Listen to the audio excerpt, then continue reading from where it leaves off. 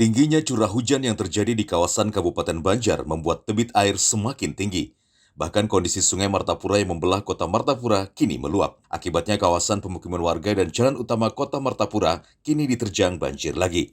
Ketinggian air dari semata kaki hingga lutut orang dewasa yang merendam sejumlah pemukiman warga di 3 kecamatan, masing-masing Kecamatan Martapura, Martapura Timur, dan Kecamatan Martapura Barat.